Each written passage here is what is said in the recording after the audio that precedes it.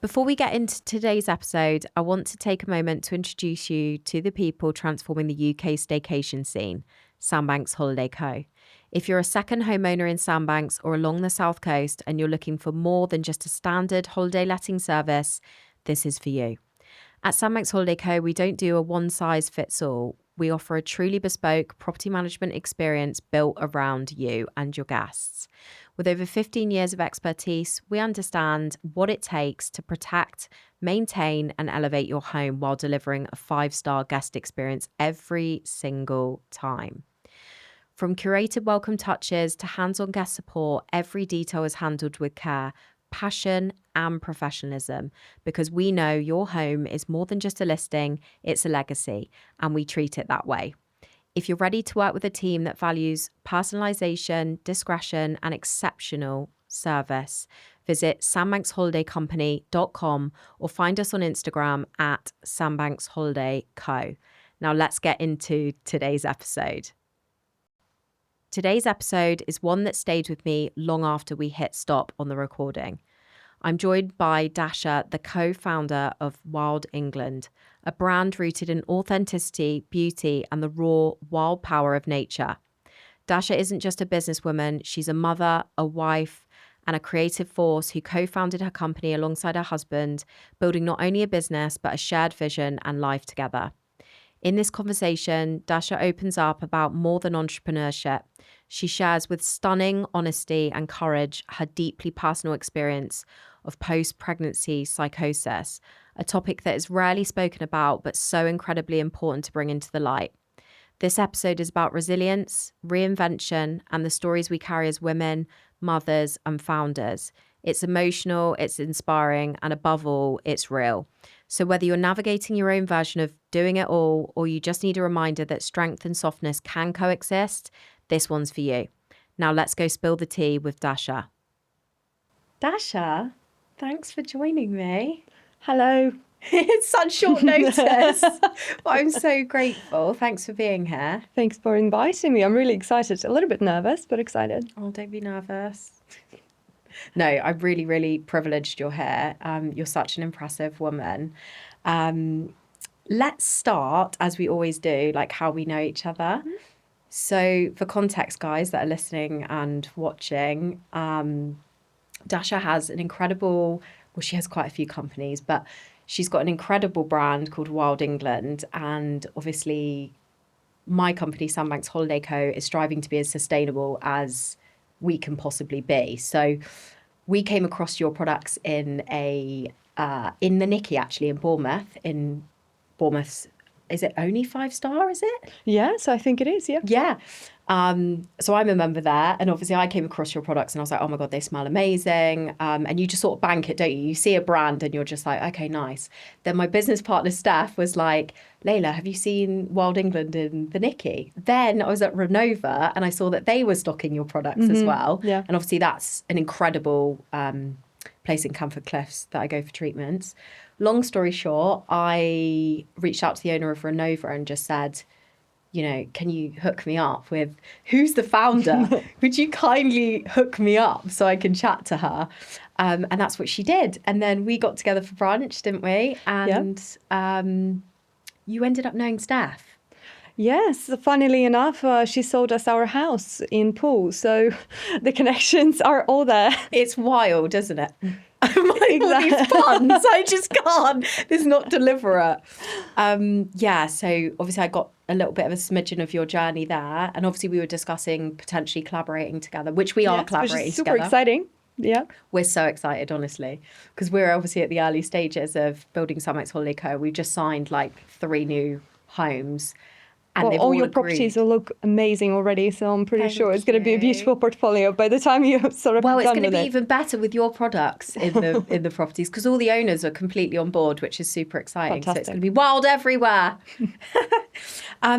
Let's talk, before we go into your amazing brand and business, who is Dasha? Tell me, where are you from? Let's go right back. How much time do we have? I was born in Russia, so I'm Russian. My mum's actually has Israeli background, so Oh, really? Yeah, the best of the third world, as they always say. So my nanny's side has like Jewish background as Yeah, well. yeah. I love these mixes. It's an interesting combination, and so I was born in Russia and I left really early. I left when I was 15 years old, and I left to study and live abroad. I lived in so many places. I lived in Canada, in South Africa, in Switzerland, and France, and other countries as well. So it's been a journey, really. And I finally came to London when I was 21. Right. I studied hospitality management, actually marketing and events in hospitality, which completely means nothing really, because these days everything's so different. It was 17 years ago, so yeah. Obviously you couldn't tell how old I am. So it was a completely different education. But it was in Switzerland and it was wonderful and it was a really good experience. I left Russia without my parents, so I lived alone since I was 15.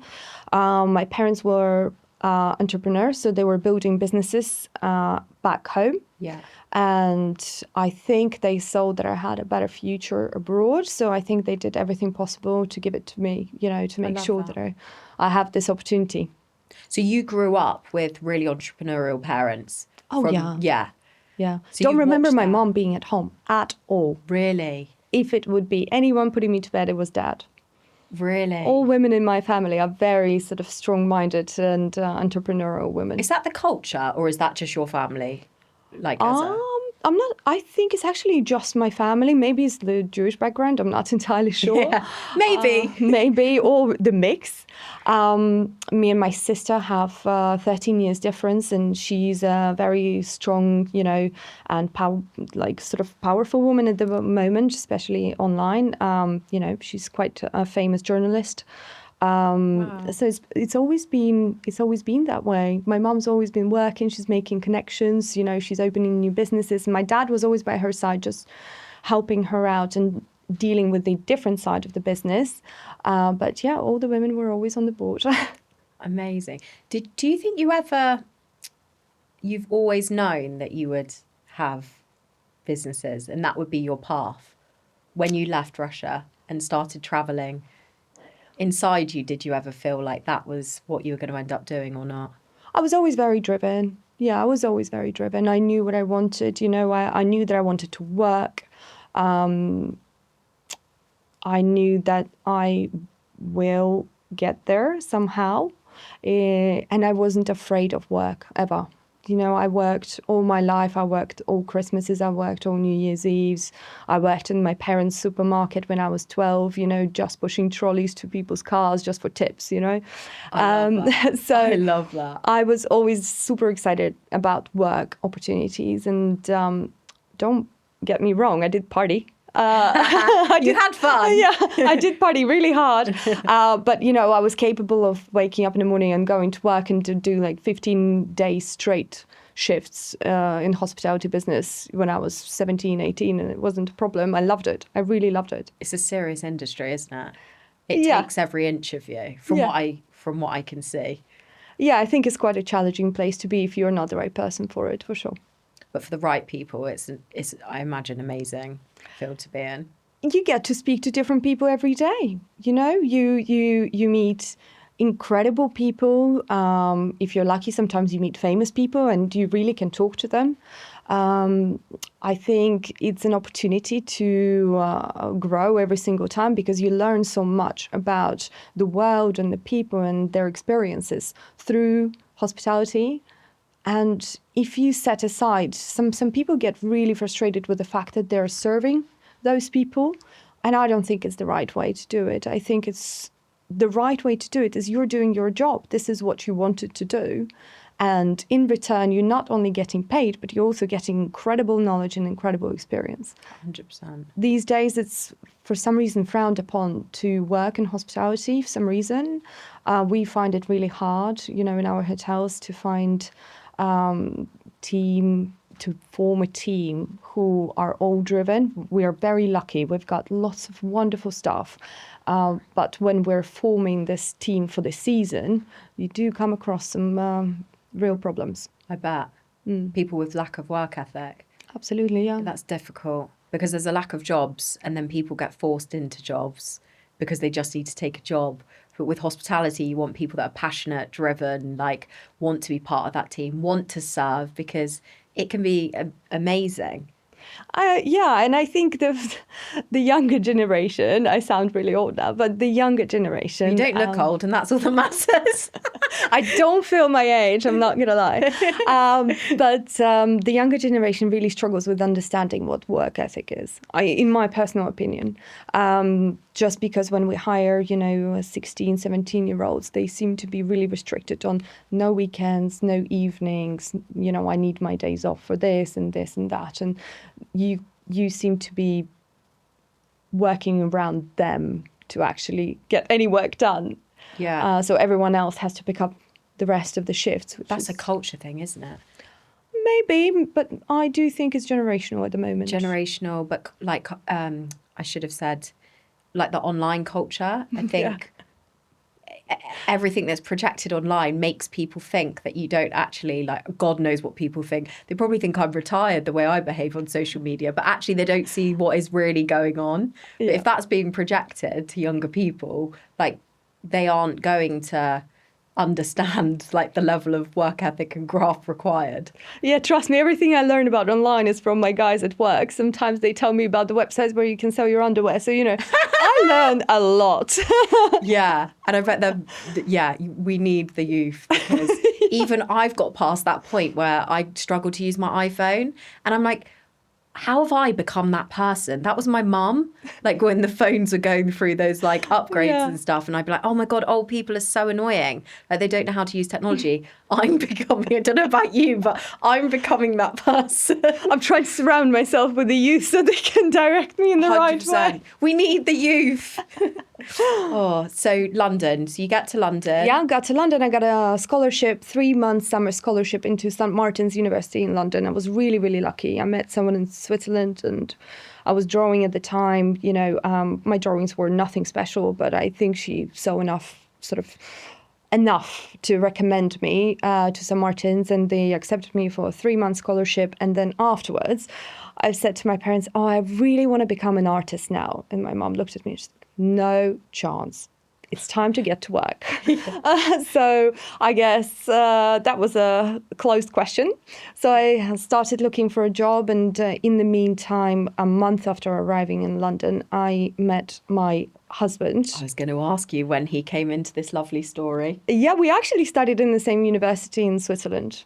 Is that where you met? No, we just went to different campuses, and life just kind of dragged us along until we met. So we then both went to South Africa. He went traveling. I was working there for 2 years. We went to the same events, and we never met. That is spooky. Yeah, it was a parallel world. So you were both going through the same... Oh. And then someone invited him to my birthday in London. Randomly. It's like your energetic fields were always aligned and just pulling you in the right... Oh, that's quite magical, actually. It's it's lovely because once we've met, there was a period where I think we were still not ready to properly meet. So after that initial meeting on my birthday, we didn't see each other for 3 months. And then we randomly met again at an event, and he was like, well, now I really have to ask you out. I love that. Oh my goodness. And it's obviously, like, I have to say that all the businesses that I run them absolutely with my husband, and he's the backbone of all of them as well. This is another thing that I loved about you when we sat and were having brunch, that you very much lead with that, and you're like, we're a team. And absolutely. So it's just lovely, because you don't see many husband-wife duos, certainly not in our area, that, you don't. So I was like, it's usually like women ruling and you see more of that predominantly pushed out online, and you hear those stories. So I love that. I just love it. I love working with him. We, of course, have so many disagreements all the time about the business decisions, but I think that's what makes us a good team. You know, we have such different strengths that it's unusual. I realize that now, that people don't usually work together when they're married, but it just meant to be. It was just meant to be. We opened our first business after we've been together for 10 months, you know, so it was... As in a relationship? Yeah. Wow. So what was the first business? Hotel in Loweth, Limestone Hotel. I can't wait to First visit, baby. Your first baby? Yeah. Was that scary? No, it was so exciting. It was so exciting. On the day we opened, it had 10 rooms. We had to do some renovations. Ed was doing all the accounts, my husband, and I was getting all the renovations done. So I was, you know, painting, helping with all kinds of renovations. And we opened, I was cleaning the rooms and serving food, and Ed was doing the accounts and helping me in the restaurant as well with service. And we had one chef, Alan, who is still with us till today. I love that. And it was insane because we were fully booked the first day we opened. No way. Yeah. Sorry to interrupt you, but why Lulworth? Were you living there, or was there something that drew you to Lulworth to open the hotel there? Ed is originally from Bournemouth, and then he also grew up, his teenage years were in Studland. And when we met, our ideas were so aligned. We spoke to one another, and he said, "What's your dream?" And I said, "I really want a chain of small boutique hotels." And he said, "That's exactly my dream. I have a place in mind." And he took me to Lulworth, and I was like, "That's perfect. It's just ideal." And it was fantastic time because, you know, my mom ran one of the best hotels in Russia, and she was retiring. And his dad had what is now known the Pig on the Beach, and he was offered by the pig. Pig on the Beach. Yeah, they used to be That's called Manor impressive. House. Yeah, and he was working there as a pot wash, you know, when he was a teenager. So through them, they both helped us out, of course. We had also a bank loan, and we had grandparents helping us. Everyone's chipping in. Everyone was chipping in. We obviously had a little bit of ourselves, and everyone was an investor in this one. So we finally gathered the funds, and there was a perfect place that came up for sale, and we went to view it, and it was perfect. But yeah, Ed really found Lulworth first, and he saw that as an opportunity, and I think no one was more right than him. Oh, I love that. And Lulworth is so picturesque. It's beautiful. And is there a really lovely popular community there? I wouldn't say so personally, just because I think it's a very much of a holiday place. Okay. So most of the village is actually holiday homes. Right. So there's a slight disconnect with the people that actually own because they're not there all the time. Exactly. To build the community. Yeah. Right. But I think things are changing for the best because Weld Estate is really invested into sustainability as well and ecotourism. So, you know, the saltwater sauna just opened on the beach, and we're obviously partnering with them. And I think that was driven through Weld Estate as well. And I think they make all the major decisions right now, which are so good for the area. This is really positive for the Jurassic Coast. Yeah, it needs to be the place for the right people to visit, for sure. Definitely. This is so exciting. So how long ago was that you opened your first baby? It was 2012, so 13 years ago. And he was 21, I was 22. You were in your early 20s? Yeah. And I love that. You just came together, had this idea, and you're still going. And is it still your baby? It's still the baby, yeah. Yeah. Amazing. So, Wild. Yeah. Talk to me about Wild. Wild was on the back of both of our minds as well for a while. And I really wanted... I get bored easily, you know. So I love the hotels, but I wanted to do something really special that I love as well. I love interior design, but I don't have any degrees or anything in it. I just love beautiful things and everything that's comes to beauty. So it can be a smell, it can be, a field full of wild flowers. It can be anything, or it can be an expensive thing. It doesn't really matter as long as it does have beauty in it. And I felt like what we've been seeing in the hospitality in terms of the miniatures, or the miniature soap bars or anything like this, it just wasn't right. Yeah. It just didn't feel right. So what we were doing, we were buying miniature amenities for our hotels, and they were lovely, actually. They smelled great. But I was always driven by sustainability as well. So I really wanted them recycled. So I found this company, I'm not going to name it, but it was a Canadian company that pitched to the hotels that they would pick up all of the miniatures used and recycle them into the first aid kits for war zones. And I found it really inspiring, But the fact is we were paying almost £1,000 a month for 3 hotels for them to be collected. On top, you put also the cost of the amenities, but the worst thing is that you have no idea where that really is going. Where are they really being recycled? There's no information about it. You can't follow, you can't track it. And I just felt like it was a great opportunity to bring in something new and bring in something special. And I pitched it to Ed as my side project. Yeah. It didn't, he actually bought it to start with. He was like, this sounds great. Obviously, it's not a side project anymore. It's more and more becoming the main business. But it grew while we traveled in Patagonia. And I felt like this is what we need to aim for. We need to aim for places that take care of every little bit of their land, that recycle absolutely everything. In the main squares in towns, they have sculptures that are transparent, so people can put their used bottles inside and fill it up. It's incredible. So it's like art. Yeah. I'm going to have to look that up. It's beautiful, and everything was crystal clear. There was no rubbish seen absolutely anywhere. And sometimes I drive from Poole to Lulworth, and that A35. I'm horrified. I'm always on the back of my mind that I need to organise a litter check or something. Exactly.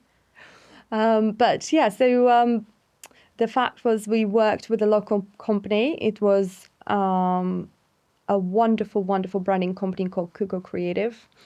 And Christian, which is one of the co-founders of that, when I approached him initially, he said to me, no, we're too busy. We've just got Leica on, the photography brand. So probably not at the moment. And I was like, well, now he said to me, no, now I need to get in there. I'm going to get this. Exactly. I'm going to get them. So I was like, okay, what about a meeting? Let's just meet. And then obviously we met, and things just worked together. And he helped me develop my vision, because I made some horrible drawings, not good at all. And I showed him, and he helped me develop it into what I really had in my mind, but just couldn't project. Did you base it on your boutique hotel in Lulworth, and then you were like building around that, or? No, I based it on what I saw in nature in Patagonia, and this is why it was called Wild to start with. It's made in England, so we added England into it. But it was meant to be from the wild. It's local, it's grown here, and obviously where possible we source local ingredients. It's made in the UK, packaging's made in the UK. It's a tough business when it comes to do things locally. Really, really tough business. And, that there's this big thing about when people hear the word sustainable, they don't put luxury with it. No, you're right. They just don't. No. And I think that's why people gravitate towards certain brands, just because they put them with luxury, but actually then don't really pay attention to where that's coming from. So it's a new thing to me as well, because me too, I thought, I heard the word sustainable and I'm for it, but I just didn't put luxury and sustainable together. The last 6 months I've really educated myself in that sense, yeah, and reached out to new connections and friends that are a lot more knowledgeable and give me bite-sized understanding about sustainability, because it can be really overwhelming. And once I'm like worried I'm going to end up down a rabbit hole, with it. But there is, because everyone's talking about different stuff, and it's sometimes it's just the power of marketing. You have to recycle. Like if you're talking about recycling, you have to refill a glass bottle 5 times to beat the sort of plastic bottle in terms of CO2. But then you buy the bottle once and you refill it. And of course, it makes total sense rather than keep buying the plastic. The other thing is that no one really talks that recycled plastics still has microplastic in it. So the recycled plastics still have microplastics in it. Most of the time, it just sips into the product anyway, most of the time.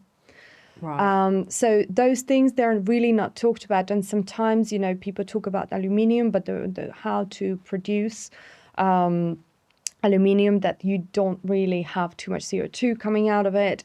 It's all very complicated. And in the end, you really do need to have a little bit of a tunnel vision if you want to do something. Because when we started with glass, don't get me wrong, we did get a lot of pushback.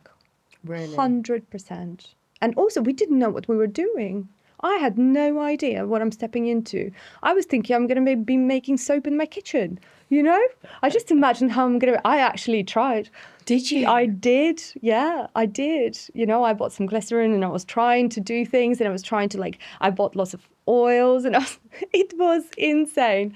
And it didn't work? No, it didn't work. And plus you have to, if you want to sell to a consumer, of course, you have to go through testing, which is another part that no one really knows about. So you had no idea? I had no idea what I was doing. No clue. But that's how you start a business, I guess. 100%. You learn, don't you? Exactly. As you go. It's like you're in the dark room. Maybe it's not in the budget, though. No, it wasn't in the budget. It's not in the budget, and these doors keep opening, and there's just more and more and more. It's not in the budget that I promised to it. No. But I saw the potential in Wild from the start, to be fair. But when we thought about Wild, when I thought about Wild and wanted to get some samples from local factories, I think I told you this before, I just couldn't get through anywhere because it was COVID. Yeah. And all they thought about was hand sanitizer, and I was just not a priority. So from the moment I thought about it to the moment it's actually getting into testing, it was like 1.5 years. COVID had to finish and everyone had to, oh no, actually now we can focus on soap again. That must have been quite a scary time when you've clearly invested a hell of a lot of money. At this point, we weren't really invested. Were you not? No. So it was just perseverance. A beautiful idea. Yeah. At the very early stages. Yeah. Okay. And I was pregnant with my first son, so I didn't rush it anyway. And it was just beautiful to create something. We were creating beautiful bottles. We were creating beautiful branding, the story, the logo, everything. It took time, which is nice. We made lots of mistakes down the road, lots of expensive mistakes as well. But I think everything was a learning curve. And it was so great to actually get something out there when we launched and people were like, wow, this design is unusual, We've never seen this before. Everything about it is just beautiful. But going back to the sustainability and luxury point, I think you've nailed it. Oh, thank you. I think nice you have. To hear. And also because you've obviously got the beautiful scents, which is lavender, eucalyptus, and I think that's what we're going for, isn't it? Lavender and eucalyptus. So you've got the darker, moodier coloured bottle. Yeah. We've got orange and cardamom, which is on the spicier side. And then we've got rosemary and thyme, which is going to come out soon as well, which is a beautiful sage colour bottle, which is proving quite popular already, and we haven't even launched it yet. That's incredible. I want to take a moment to introduce you to the people transforming the UK staycation scene, Sandbanks Holiday Co. If you're a second homeowner in Sandbanks or along the South Coast and you're looking for more than just a standard holiday letting service, this is for you. At Sandbanks Holiday Co, we don't do a one-size-fits-all. We offer a truly bespoke property management experience built around you and your guests. With over 15 years of expertise, we understand what it takes to protect, maintain, and elevate your home while delivering a 5-star guest experience every single time. From curated welcome touches to hands-on guest support, every detail is handled with care, passion and professionalism, because we know your home is more than just a listing, it's a legacy, and we treat it that way. If you're ready to work with a team that values personalization, discretion, and exceptional service, visit sandbanksholidaycompany.com or find us on Instagram at sandbanksholidayco. Now let's get into today's episode. Correct me if I'm wrong, but I'm pretty sure you didn't put anything really into marketing, did you? Nothing. So how did you get this beautiful idea into a bottle and into the hotels and where it is now? Was that connection? Did you knock on people's doors and sent lots of emails, talked to a lot of people. Nikki in particular was actually a really brief intro from someone I know. So you just got in front of people? Yeah, we were just, trying to ask friends to put it in their places as well. Coast, yeah. Surf and Moto, it's Ed's friend, so he put it in there. I was sending out emails constantly, messaging friends in London saying, hey, I know you've got an Airbnb, do you mind trying the products and letting me know how it works? And I was doing Instagram myself to start with and getting it out there. Everything I was doing from scratch. I was putting the labels on myself. I was putting everything, but my parents were putting the product in bottles at some point. I have pictures of all of that. Oh, so it's. Will you ever share stuff like that on socials, to show the journey or not? I think I would. Would you share it with me so we can show everyone what we're talking about? Of course. I'd love that. Yeah, we had to, one hotel ordered 250 sample bottles because that's what they wanted to do. And we had to fill them all by hand and then label them and then ship them out. So how long did that take? A while, considering I had a child. Yeah, it was a while. How on earth are you doing? Obviously, you've clearly got an amazing cheerleader and business partner, aka your husband. Yes. So you obviously have your first baby. Mm-hmm. And you're doing all of this. Yeah, so that was the background moment with Wild when I had Theo, who is 4 now. He's going to start reception in September. So it was a bit of a background works going on, just every single product has to go on testing for minimum 12 weeks before it actually goes through further label approving and stuff. So I didn't rush the process. He was born and, I struggled a bit because it was after COVID. He was born in COVID and it's absolutely fucking crazy times when my husband wasn't allowed in the hospital after I gave birth, So of course, no one was allowed in. No. So you had your first baby alone? No, he was with me, but then he was kicked out. Straight after? And obviously afterwards, he couldn't visit anymore. So he just would pick me up afterwards when they sent me home. It was really crazy. And they send you home really quick because it's COVID times as well. So no one gives you any direction or anything like this. And then I remember I was trying to breastfeed and it's really not my strongest point. I really never enjoyed it and kind of probably never going to advocate for it either. I'm bleeding and I'm calling these nurses and someone can come out. And, no, it's COVID. Do you want a Zoom conversation? What are you going to do on Zoom? It's exactly the same thing as when they were doing, 10 months old checkup. And they said, we'll do a checkup on 10 months old on Zoom. Knowing what we know now, I'm not going to go into it because this isn't a political podcast, but knowing what we know now, how annoying. I know. It was insane. Honestly, it was insane. But we got through it. And we actually launched Wild properly, the website and everything, the day after the twins were born. So they were born on the 18th and 19th, the website was live. So I was in the hospital doing some work. So between Theo and the twins, what's the time period? What's their age difference? Exactly 2 years old. Okay. Yeah, exactly. So 2 years on. So you took your time with the brand. You've obviously got your hotel, which you're running. Yeah. And building the brand in the background. And then the website goes live Exactly. Well, by then we had 3 hotels, so it was 3? Yeah. Where are the other 2 babies come from? One is in Loweth as well, but it's on the sea, so it's almost on the beach. So that's the one we're actually collaborating with the saltwater sauna on. It's called Loweth Lodge. It's got a huge decking overlooking the sea, and the third one's in Lyme Regis. Lyme Regis. I've just started riding near there. What an epic town that is. It's lovely. It's really cool. Such a special town. Yeah, really cool. Full of history, full of really, really incredible stuff there. It's got a great vibe. Yeah, yeah. I only popped in because I was going, you might have heard of it, Sanford Stables. So I've started riding lessons there. So I popped into Lyme Regis and I was like, how do I not know the history, the vibe? It's very happening in the summer. In the winter, it's a bit gloomy, but Is it? yeah, Everywhere's gloomy. exactly. Yeah, on the coast, the winter is not the place to be. Okay, so you've got 3 hotel children. Now you've got 3 human children as well. Yeah. I honestly don't know how you do that. I don't really. I don't think a balance. Everyone talks about, balancing work life and motherhood, and I don't think it exists. I think it's the biggest gimmick ever. I think when people are saying to you, I just balance motherhood and business, I think it's fucking bullshit, honestly. Yeah. I don't think anyone can do it. No. You just find a way.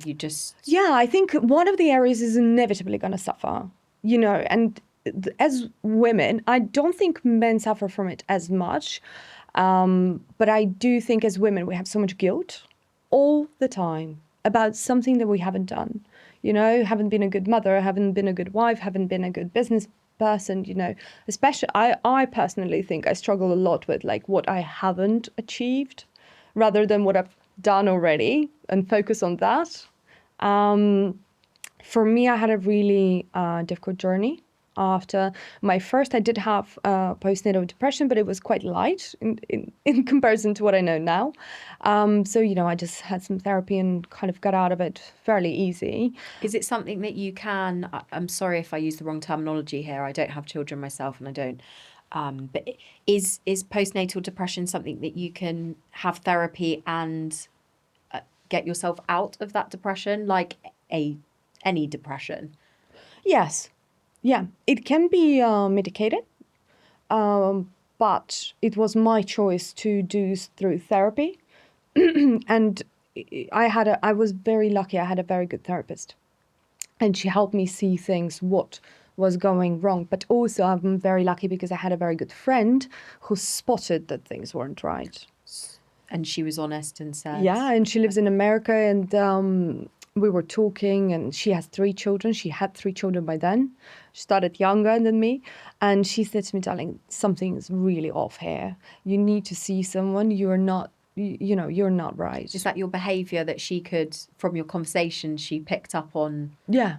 Something wasn't right. Yeah, she just felt like I'm not where I'm supposed to be with, the birth of the baby and things. And obviously a good friend can pick that up, right? 100%. And then I had twins. And I was just too busy because obviously a wild, because obviously hotels. And also we have made a really strange decision, now that we think about it, to renovate the house. So do you need any more plates to spin? It was just not the right thing to do. Can I just tell you now? So please use this example as what not to do. Top tip: do not take on a renovation project. But we didn't have enough space. But can I just say from the start, we were happy with 1 child, and we weren't planning to have any more children. So it was a bit of a surprise altogether that I was pregnant. Yeah. With twins, what a surprise. I didn't find out that I was pregnant with twins until I was 14 weeks. Wow. Because it was like the scan was a bit later, and I didn't do any private scans, and I did cry a lot. I cried a lot because I already knew what having a child was, and I already knew that my life is going to completely change. It's not going to be the same.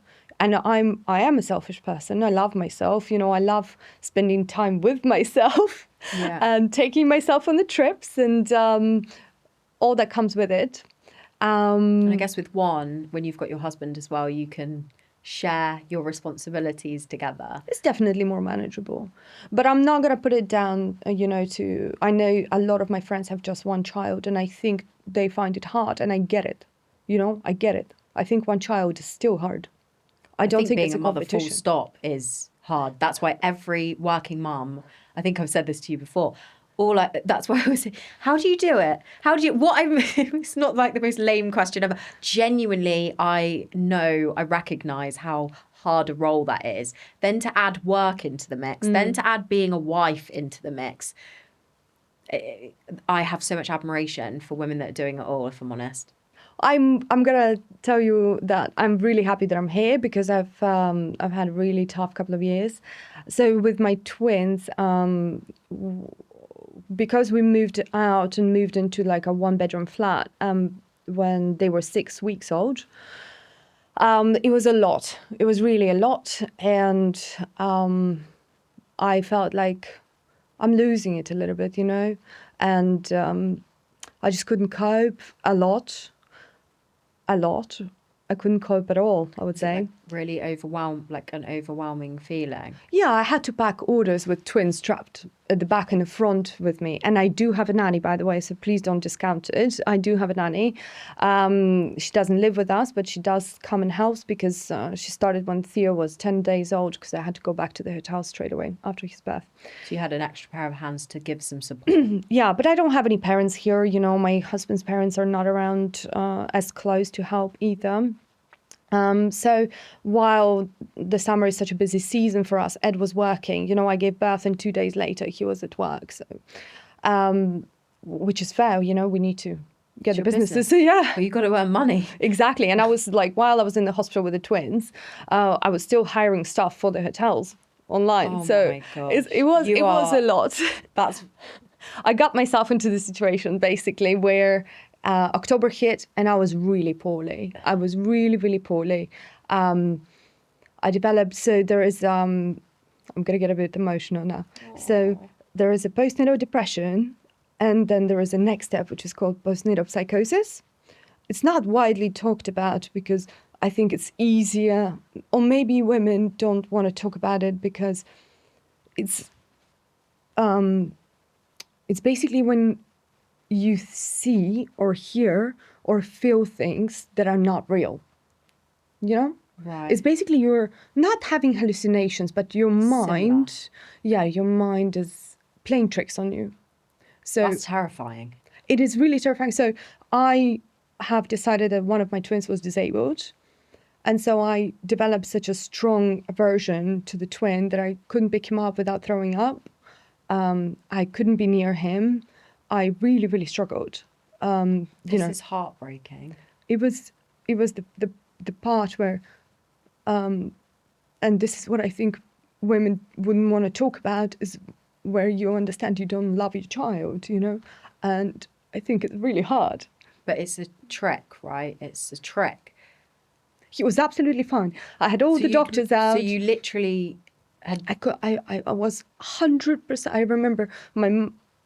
I remember my husband just thought I was, overwhelmed. But one day when he came home and I told him what I was feeling, and I was just lying on the ground, I was like, just take them away. Just take them away from me. That's heartbreaking. And it was really, really hard. And he called my mom, and my mom flew in and stayed with us for 3 months. And I had to go to the GP, who referred me then to perinatal mental health services. And I think that's where the system is really broken, because it took them 4 months to come out. That's disgraceful. Even though when I filled in the questionnaire, the questions were, would you rather someone else cared for your child? And when you answer yes, you feel like this is an urgent case, right? I would say so. And there was a lot of questions, obviously, But obviously your family knew that wasn't you. When my mom arrived and she saw me, she was like, this things are really bad. I just didn't realize how bad they were. I was having panic attacks.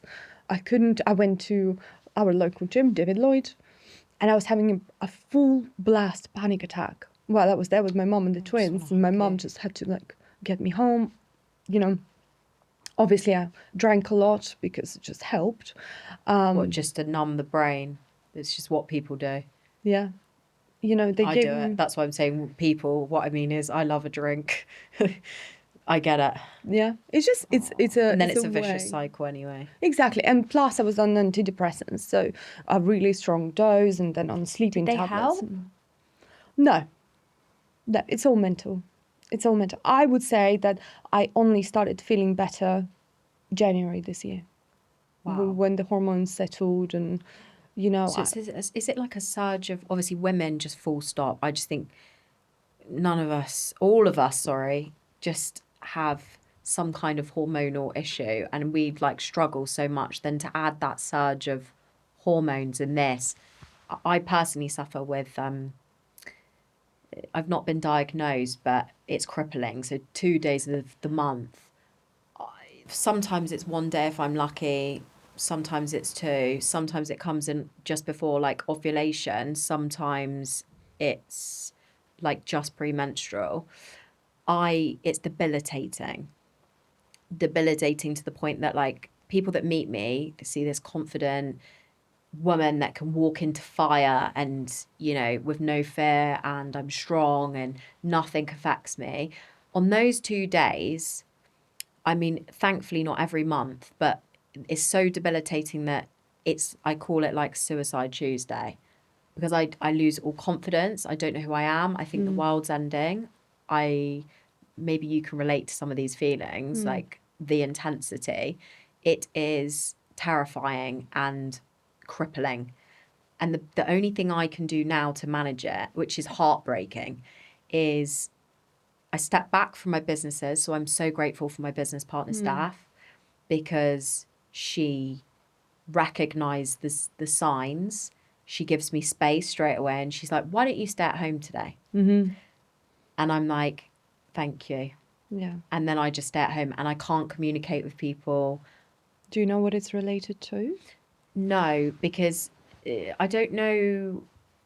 It's definitely hormones, and it's definitely linked to my cycle. And I've looked online at all of the various things that it could be, like PMDD. And I have ADHD, which is very common in women that have Yeah. I was about to say men, women that have ADHD, to have really like hypersensory, like Yeah. basically all women suffer. We know that. And mine is like how Extreme you would version. describe as like psychosis. It is no different. I can only control it down to like once a month by less alcohol, more physical exercise, more time in nature. Nature's the only thing that will calm me. Being around trees, being in the water. That's why I try to sauna and sea dip as much as I possibly can. At one point, I was going once a week. Yeah. Because it's a wonderful relaxation, isn't it? Unreal. But I want to get back to what you were saying, and I just wanted to share that because I don't think that's something that I talk about actually publicly, and it is absolutely crippling. So honestly, that's probably one of the motivating reasons, as well as all the other things we've discussed about me not wanting children or being scared about having children. I also know what happens to your body when you have children, and that's actually listening to you is affirming my fears, really. Because actually I know how debilitating 2 days a month is, and then I'm so it's just awful imagining what you were going through. I don't want to scare anyone. I think I just want to make people understand that there is a possibility of that, and you have to be prepared, because I wasn't, and I thought I could do it all. And honestly, I've made a lot of mistakes, throughout this past couple of years, which are, some of them are worse than others, unfortunately. I'm not going to go into detail, but I came to a point where I was speaking to a friend who actually owns her own company, which is quite a large company. She lives in Germany. She's wonderful. And she's got one son. She also has a postnatal depression. I think not psychosis, but just a depression. Not just a depression, but you know what I mean. Lighter version. And she said to me, the reason why I'm struggling to know whether I want a second child or not is because I'm worried, because I'm so whole right now that it's going to break me apart again. What do you think? Should I have a second child? And whenever someone asks me a question, should I have children or should I have another child? In my mind, in the past 2 years, I was always like, this question, why? But why would you do it to yourself? And then I said to her, I think you should ask yourself question why. And when she responded to me, I was like, 100% you should have another child. She said to me and my husband have so much love to give that I feel like we can't give it to just one child. We need to give it to more children. And I feel like when I'm thinking about not being able to have any more children, I feel like my blood freezes, and I'm struggling to breathe. I'm like, of course you should have another child. If you feel like this, you'll get through it. You'll be more prepared second time around, And so that actually completely changed my mind. I'm like, if someone feels like this is incredible. It's such a gift. But you should. It is a gift, isn't it? It is. It really is. It's fantastic. They're great. All three of mine completely different, bonkers, but lovely. I love them. Wouldn't have them any other way. No, I wouldn't. Yeah, I've got a perfect set. What advice would you give to a woman that might be listening to this podcast and thinking, this sounds really relatable, what you've been going through? What advice or key steps would you tell them to take? You mean about living with postnatal? I would say surround yourself with a good team. You really need to get out there and get some support, and you really have to be open about struggling. I've seen people not understanding what I'm saying or pretending I didn't say what I said just because they're scared of hearing that I'm struggling. Because even my husband, he's not used to me struggling. I never struggled in my entire life. That must have been a shock to him as well. Yeah, but he's the best person. He's like my rock. Cheerleader. Yeah, he's like the number one cheerleader. Yeah, there is nothing he can't do. I mean, he really is something for me. He's my everything. Without him, I wouldn't be where I am or with the children. And he's the best dad. I literally have never seen a dad like that. Honestly, hands down. He's a better dad than I am a mum.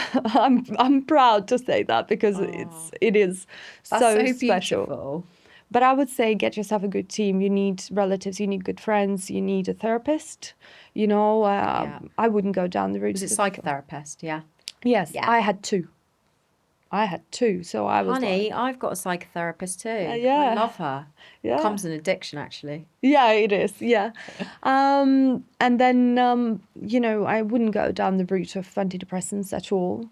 I would say choose your battle. So if you're feeling like this, you need to choose work, which I did, and it helped. If you feel like you can't cope with children, you don't need to. Hire a nanny and go and work. You don't need to spend every living moment with your child. He's not going to remember this, and it's not going to affect anything.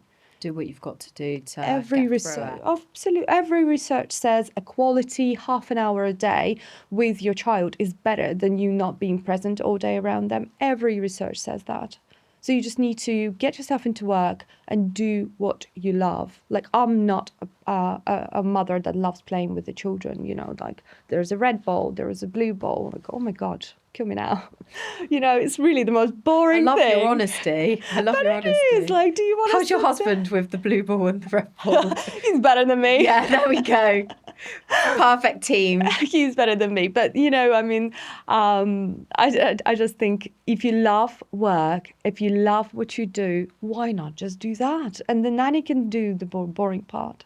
I know women who are absolutely fantastic in their careers and stuff, and they also hate the mum shit, and they love their children. They do everything for them, but in limits, within time limits. You've made me feel so much better.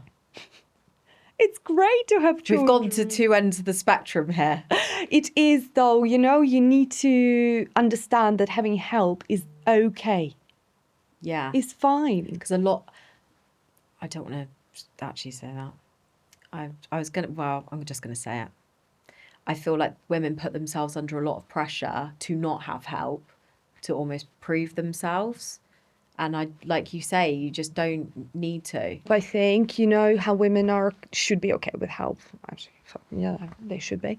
Because it's Yeah, they should be. exactly. It's just natural. You can't go through Future life alone. husband, I'm not going to be your wife without a nanny. Exactly. If you're listening. He's somewhere. He is, and he is listening. Don't worry. He'll know. He'll know. He's going to know. Vegas wedding. When you're talking to the phone, hoping that something's going to come up on the Instagram. Hello. Cute rug for lounge.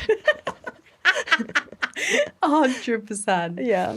I just want to thank you for being so brave and sharing that part of your chapter, which has clearly been a really, really heartbreaking part of your incredible story, by the way.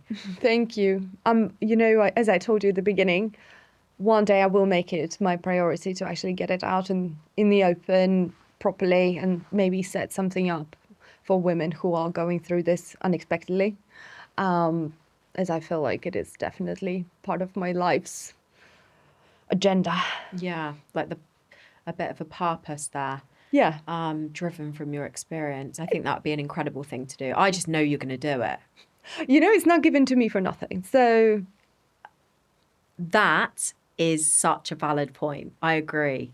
The universe serves us these lessons and situations and experiences for a reason. So if you can make it into good, even the darkest situations that you go through.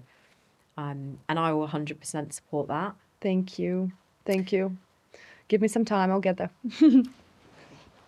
Just as we wrap up, obviously you've got these incredible businesses. How is everything in a great place? Wild is taking off, Wild England.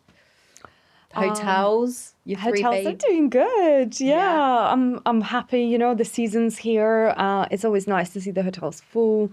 Got so many plans for them. We're obviously the sauna is in, and now we're doing the kiosk where we're gonna sell sort of like a little boutique shop within the hotel where we're gonna sell really cool stuff and as well local stuff as well as wild, of course.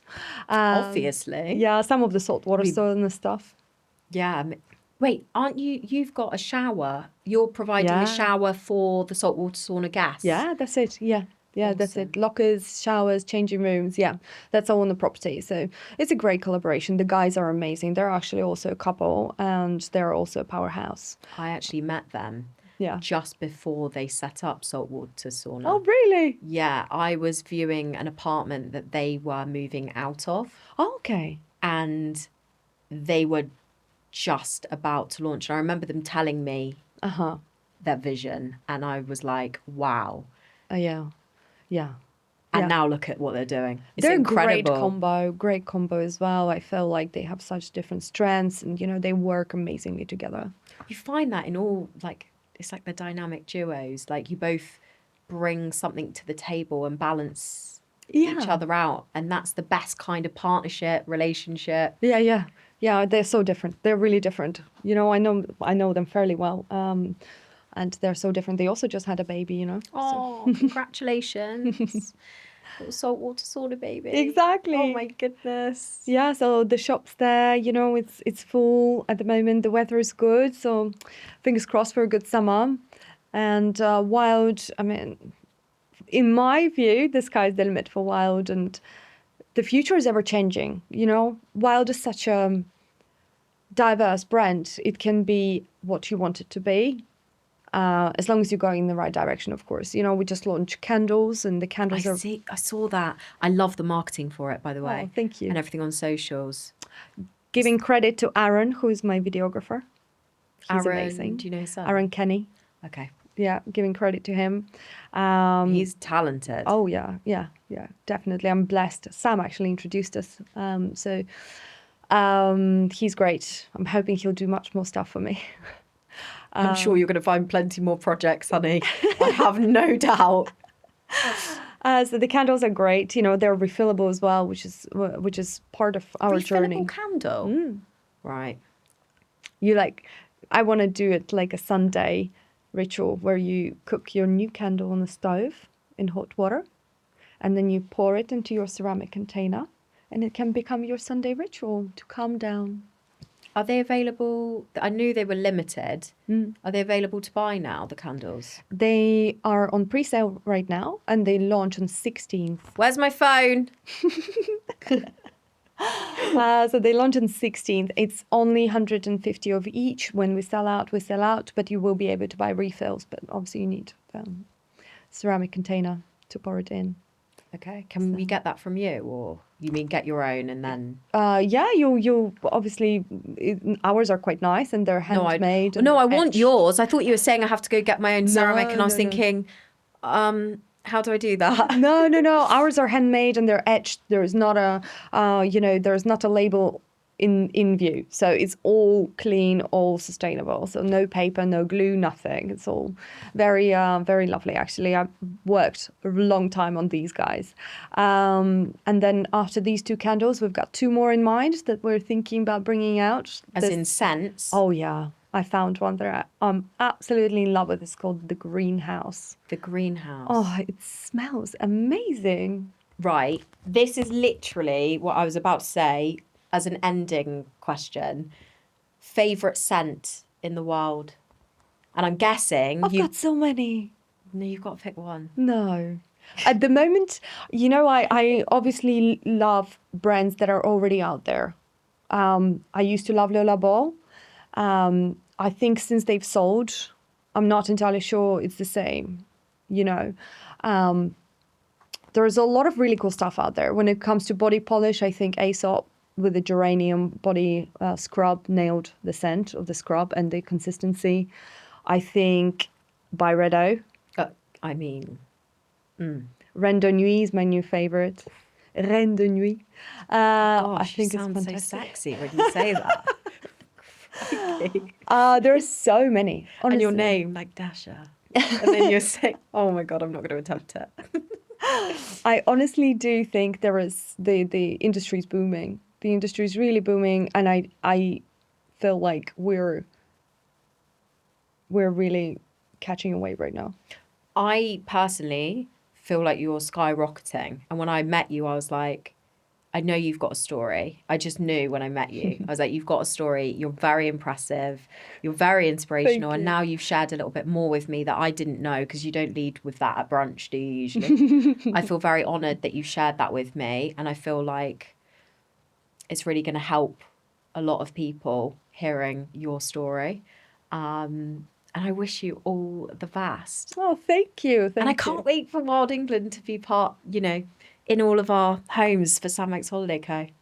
Thank you very much. I can't wait for that either. Amazing. Thank you so much, Dasha. Thank you, Leila. Good luck to you too with all the projects, and I can't wait to see the whole portfolio. Yay! It's a wrap. Thank you, darling. Thank you. Was that all right? Give me a hug. I did emotional. Did I do all right? Yeah, you Good. were amazing. You came across like the most incredible. I got feedback from the guys as well, and they were like, "This is really great. Oh, like, good. it's very Okay. nice." Obviously, it got deep with a very serious subject. Oh, well, I'm yeah. gonna get it over to you so you can check it when it's been edited. 10 out of 10. Yeah, was it all right? Woo! Good. Go on, girl.